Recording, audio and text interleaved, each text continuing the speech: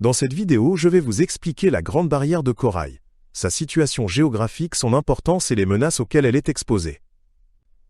Vous découvrirez pourquoi ce récif corallien est si important pour la nature et quels dangers le menacent.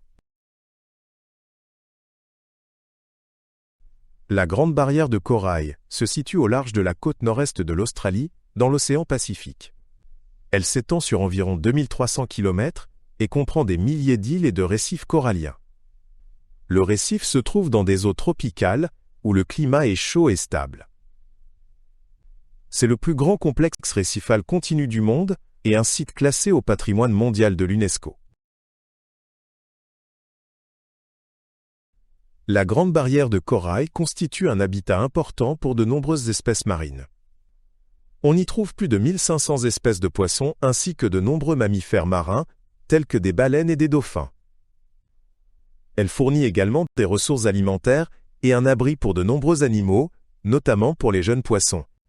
Le récif joue aussi un rôle dans la régulation du climat en stockant du CO2. Le changement climatique représente une grande menace pour la Grande Barrière de Corail. L'augmentation de la température de l'eau entraîne le blanchissement des coraux, un phénomène où les coraux perdent leur couleur et meurent.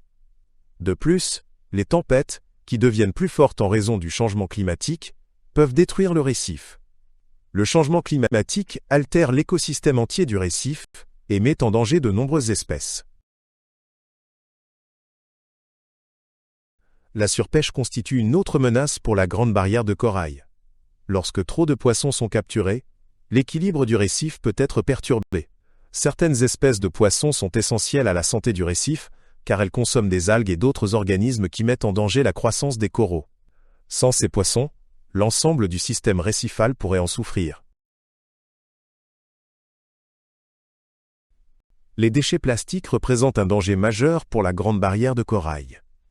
De nombreux déchets plastiques arrivent dans la région du récif par les rivières et les courants marins. Les débris peuvent endommager directement les coraux ou blesser les animaux qui les ingèrent par erreur. De plus, les produits chimiques toxiques contenus dans les déchets plastiques peuvent altérer la qualité de l'eau et la santé du récif. L'agriculture dans la région contribue également à la pollution du récif. Les pesticides et les fertilisants provenant des exploitations agricoles se retrouvent dans la mer par le biais des pluies et des rivières. Ces polluants peuvent favoriser la croissance des algues et supprimer les coraux. Le sédiment soulevé par l'agriculture peut également bloquer la lumière nécessaire à la survie des coraux. Pour protéger la Grande Barrière de Corail, plusieurs mesures de protection ont été mises en place.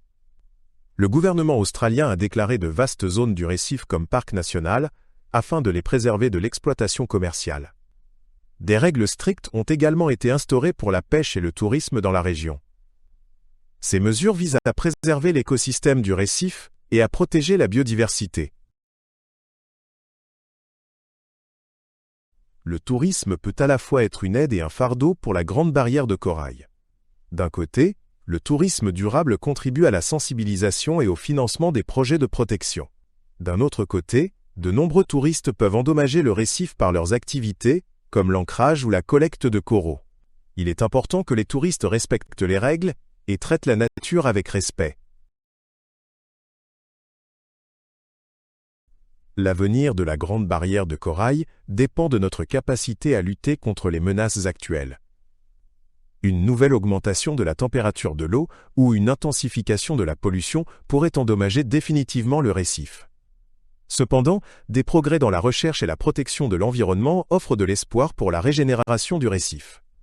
Il est crucial de savoir combien de temps et avec quelle efficacité nous agirons pour sauver ce récif.